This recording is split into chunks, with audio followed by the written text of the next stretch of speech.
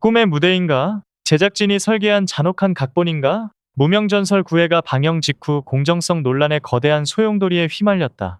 특정 출연자를 향한 이해할 수 없는 고득점과 실력파들의 무더기 탈락이라는 이례적인 사태는 시청자들의 분노를 임계점까지 끌어올리며 프로그램의 존폐 위기까지 거론하게 만들고 있다. 1. 심쿵단의 전멸. 이것은 오디션인가 조직적인 학살인가? 이번 9회의 가장 큰 비극이자 충격은 단연 심쿵단 팀의 완전한 괴멸이었다. 팀의 주축이었던 김태용만을 간신히 남겨둔 채 나머지 멤버 전원이 탈락이라는 가혹한 성적표를 받아든 순간 스튜디오는 얼음물을 끼얹은 듯한 정적에 휩싸였다. 오디션 프로그램의 역사상 팀 미션에서 이토록 잔인한 올킬이 자행된 사례는 극히 드물다. 보통은 팀의 조화를 고려해 일정 비율의 생존자를 남기는 것이 불문율처럼 여겨져 왔으나 이번 회차의 칼질은 그야말로 무자비한 숙청에 가까웠다. 유튜버들과 방송 관계자들 사이에서는 이것이 과연 공정한 심사의 결과인가?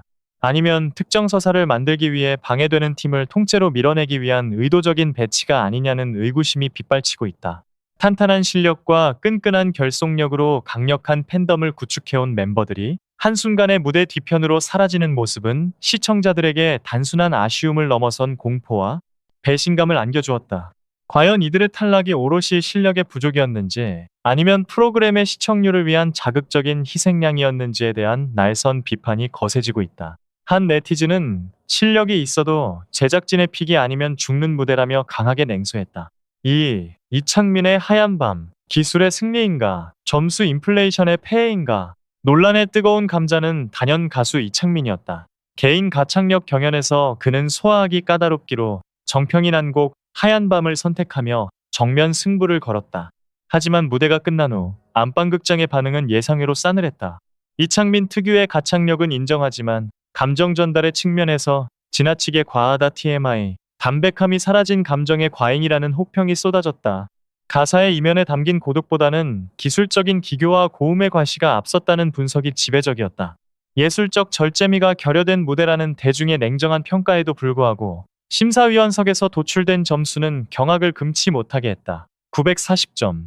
이 점수는 사실상 완벽한 무대에 가까운 점수이자 전체 순위 1위를 단숨에 탈점하는 고득점이었다. 전광판에 숫자가 표기되는 순간 대기실에서 이를 지켜보던 다른 실력파 출연진들의 얼굴은 경직되었고 시청자 게시판은 조작이 아니냐는 항의로 마비될 지경에 이르렀다.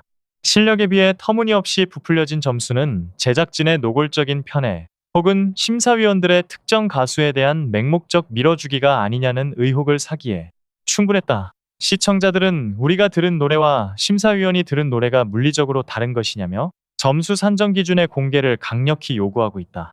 3. 장한별의 눈물, 928점에 박제된 불공정의 민낯. 이창민의 고득점이 더 큰 공분을 사는 결정적인 이유는 바로 장한별이 보여준 무대와의 현격한 괴리감 때문이다. 장한별은 이날 무대에서 마치 자신의 무명 시절 고통을 고스란히 쏟아낸 듯한 완벽한 몰입감을 선사했다. 심사위원 주현미조차 눈시울을 붉히며 극찬을 아끼지 않았고 관객석에서는 무대가 끝난 후에도 가시지 않는 여운의 기립박수가 터져나왔다. 대중의 귀와 심장은 장한별의 무대를 오늘의 베스트로 지목하고 있었다. 그러나 채점 결과는 비참했다. 단 928점.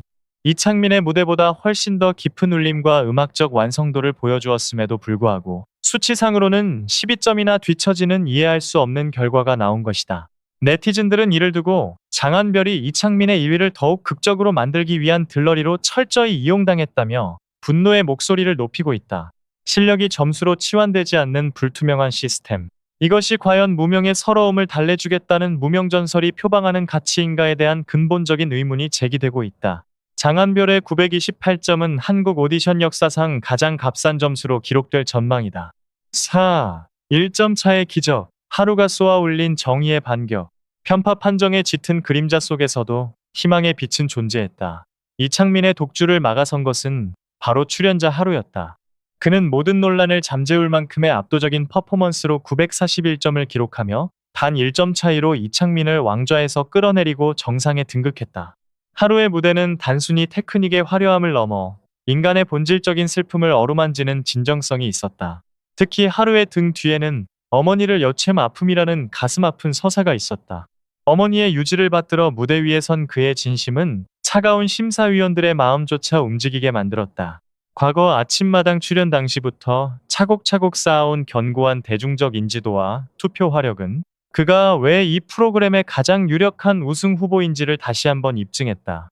편의 논란으로 얼룩져 자칫 그들만의 잔치로 끝날 뻔했던 9회에서 하루의 1위 탈환은 시청자들에게 그나마 사필 규정이라는 최소한의 카타르시스를 제공했다. 하루의 1점은 단순한 점수가 아니라 공정성을 갈망하는 대중의 염원이 담긴 무게였다. 5. 신뢰를 잃은 전설, 남겨진 자들의 잔혹한 서바이벌. 9회가 남긴 상흔은 깊고도 날카롭다. 무더기 탈락 사태와 특정 가수에 대한 점수 밀어주기 의혹은 프로그램의 근간을 뒤흔들고 있다.